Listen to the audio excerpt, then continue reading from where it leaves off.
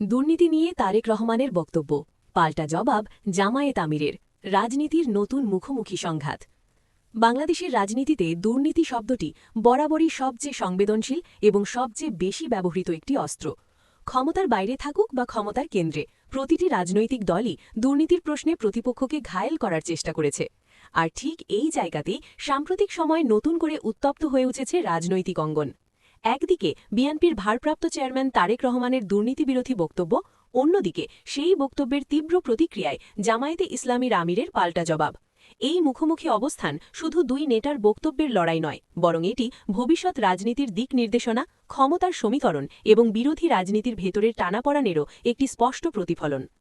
তারেক রহমানের বক্তব্য, দুর্নীতি নিয়ে নতুন বার্তা। সাম্প্রতিক এক ভার্চুয়াল সভা ও দলীয় নেতাকর্মীদের উদ্দেশ্যে দেওয়া বক্তব্যে বিএনপির ভারপ্রাপ্ত চেয়ারম্যান তারেক রহমান বলেন, বাংলাদেশের সবচেয়ে বড় সমস্যা দুর্নীতি। রাষ্ট্রযন্ত্রের প্রতিটি স্তরে দুর্নীতি এমনভাবে ঢুকে গেছে যে সাধারণ মানুষের ন্যায্য অধিকার আজ প্রশ্নের মুখে। তিনি দাবি করেন, বর্তমান শাসন ব্যবস্থায় দুর্নীতি আর বিচ্ছিন্ন কোনো ঘটনা নয়, বরং এটি একটি প্রাতিষ্ঠানিক সংস্কৃতিতে পরিণত হয়েছে। তারেক রহমানের বক্তব্যের কয়েকটি মূল দিক ছিল: ক্ষমতাসীনদের ছত্রছায়ায় দুর্নীতির বিস্তার, বিচারহীনতার সংস্কৃতি, নির্বাচন ব্যবস্থা ও প্রশাসনে দুর্নীতির প্রভাব, রাষ্ট্রীয় সম্পদ লুটের অভিযোগ। তিনি আরও বলেন, দুর্নীতিবাজদের রক্ষা করার জন্যই গণতন্ত্রকে ধ্বংস করা হয়েছে। এই বক্তব্যের মাধ্যমে তারেক রহমান স্পষ্টভাবে বোঝাতে চান, দুর্নীতি শুধু অর্থনৈতিক সমস্যা নয়, এটি রাজনৈতিক ও সাংবিধানিক সংকটেরও মূল কারণ। বক্তব্যের পেছনের রাজনৈতিক কৌশল।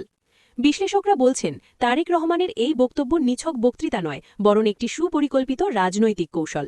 কারণ সামনে জাতীয় নির্বাচনের আলোচনা, বিরোধী রাজনীতিতে নেতৃত্বের জায়গা পুনর্দখল, দুর্নীতিবিরোধী ইস্যুতে নৈতিক অবস্থান তৈরি। তারেক রহমান দীর্ঘদিন দেশের বাইরে অবস্থান করলেও তিনি নিজেকে দুর্নীতির বিরুদ্ধে অপসীন নেতা হিসেবে উপস্থাপন করতে চাইছেন। এখানে একটি গুরুত্বপূর্ণ বিষয় হল, তিনি বক্তব্যে সরাসরি কোনো বিরোধী দল বা রাজনৈতিক মিত্রের নাম নেননি, কিন্তু তার ভাষা ছিল ব্যাপক ও সার্বজনীন। আর ঠিক এই জায়গাতেই তৈরি হয় নতুন বিতর্ক। জামায়াত আমিরের পাল্টা জবাব, তীব্র প্রতিক্রিয়া। তারেক রহমানের বক্তব্যের পরপরই জামায়াতে ইসলামীর আমির এক বিবৃতিতে পাল্টা প্রতিক্রিয়া জানান। তিনি বলেন, দুর্নীতি নিয়ে যারা আজ কথা বলছেন তাদের নিজেদের অতীত ইতিহাস আগে জাতির সামনে পরিষ্কার করা উচিত। জামায়াত আমিরের বক্তব্যের মূল সুর ছিল অতীত সরকারগুলোর দুর্নীতির ইতিহাস, রাজনৈতিক দলগুলোর ভেতরের দুর্নীতি, নির্বাচনী সময়ের আপোষ ও সুবিধাবাদ। তিনি আরও বলেন, দুর্নীতির বিরুদ্ধে কথা বলতে হলে তা হতে হবে আত্মসমালোচনার মাধ্যমে, শুধু রাজনৈতিক বক্তব্য দিয়ে নয়। এই বক্তব্য স্পষ্ট করে দেয়, জামায়াত শুধু আত্মরক্ষামূলক অবস্থানে নেই, বরং তারা নিজেদের রাজনৈতিক স্বতন্ত্রতা জোরালোভাবে তুলে ধরতে চায়। জামায়াত কেন এমন কঠোর অবস্থান নিল? রাজনৈতিক বিশ্লেষকদের মতে জামায়াত আমিরের এই পাল্টা বক্তব্যের পেছনে কয়েকটি গুরুত্বপূর্ণ কারণ রয়েছে। ১. রাজনৈতিক পরিচয় রক্ষা। জামায়াত চায় না তারা বিএনপির বক্তব্যের ছায়ায় ঢাকা পড়ে যাক। ২. নৈতিক উচ্চতা দাবি। তারা নিজেদের তুলনামূলকভাবে নীতিনিষ্ঠ দল হিসেবে তুলে ধরতে চায়। ৩. ভবিষ্যৎ রাজনৈতিক জোটের বার্তা।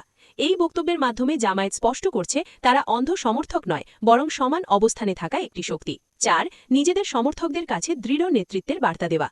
বক্তব্য পাল্টা বক্তব্যে বিরোধী রাজনীতির টানাপড়ন। এই ঘটনাটি বাংলাদেশের রাজনীতির একটি বড় বাস্তবতা সামনে এনে দিয়েছে। একদিকে ক্ষমতাসীনদের বিরুদ্ধে ঐক্যের প্রয়োজন, অন্যদিকে নিজ নিজ রাজনৈতিক স্বার্থ, আদর্শ ও নেতৃত্বের প্রশ্ন। তারেক রহমানের বক্তব্য দুর্নীতি বিরোধী হলেও জামায়াতের প্রতিক্রিয়া দেখিয়ে দিল, বিরোধী রাজনীতির ভেতরেও নেতৃত্ব ও নৈতিকতার প্রতিযোগিতা চলছে। এটি এক ধরনের শীতল সংঘাত, যা ভবিষ্যতে আরও প্রকাশ্য হতে পারে। জনমতের প্রতিক্রিয়া। সামাজিক যোগাযোগ মাধ্যমে এই বক্তব্য ও পাল্টা বক্তব্য নিয়ে শুরু হয় ব্যাপক আলোচনা। কেউ বলছেন দুর্নীতির প্রশ্নে সবাইকে একসাথে কথা বলা উচিত, কেউ আবার বলছেন আগে নিজের ঘর পরিষ্কার করা দরকার। আবার অনেকে মনে করছেন এই বিতর্ক বিরোধী ঐক্যকে দুর্বল করতে পারে। সাধারণ মানুষ মূলত একটি প্রশ্নই তুলছে, দুর্নীতির বিরুদ্ধে আসলে কে বাস্তব পদক্ষেপ নেবে? ভবিষ্যৎ রাজনীতিতে প্রভাব। এই বক্তব্য পাল্টা বক্তব্যের প্রভাব ভবিষ্যতে কয়েকটি জায়গায় পড়তে পারে। বিরোধী জোট গঠনের সমীকরণ, নির্বাচনী ইশতেহারে দুর্নীতি বিরোধী অঙ্গীকার, দলগুলোর পারস্পরিক দূরত্ব, জনসমর্থনের দোলাচল। বিশ্লেষকরা বলছেন, যদি এই ধরনের প্রকাশ্য পাল্টাপাল্টি বক্তব্য বাড়ে, তাহলে বিরোধী রাজনীতির ঐক্য প্রশ্নের মুখে পড়তে পারে। রাজনৈতিক বার্তার গভীর অর্থ। এই ঘটনাটি শুধু দুই নেতার বক্তব্য নয়, এটি আসলে বাংলাদেশের রাজনীতির একটি বড় বাস্তবতা তুলে ধরে। দুর্নীতি ইস্যু এখনও সবচেয়ে শক্তিশালী রাজনৈতিক হাতিয়ার। নৈতিকতার প্রশ্নে সবাই নিজেকে এগিয়ে রাখতে চায়। ভবিষ্যৎ নেতৃত্বের লড়াই শুরু হয়ে গেছে। দুর্নীতি নিয়ে তারেক রহমানের বক্তব্য ও জামায়াত আমিরের পাল্টা বক্তব্য, এই দুই বক্তব্য মিলিয়ে বাংলাদেশের রাজনীতিতে একটি স্পষ্ট বার্তা দিচ্ছে। বার্তাটি হল আগামী দিনের রাজনীতি শুধু সরকার বনাম বিরোধী নয়, বরং বিরোধী রাজনীতির ভেতরেও নেতৃত্ব, নৈতিকতা ও বিশ্বাসযোগ্যতার লড়াই। শেষ পর্যন্ত প্রশ্ন একটাই থেকে যায়, দুর্নীতির বিরুদ্ধে কে শুধু কথা বলবে আর কে বাস্তবে পরিবর্তন আনবে? এই প্রশ্নের উত্তরই নির্ধারণ করবে বাংলাদেশের ভবিষ্যৎ রাজনীতির দিক নির্দেশনা।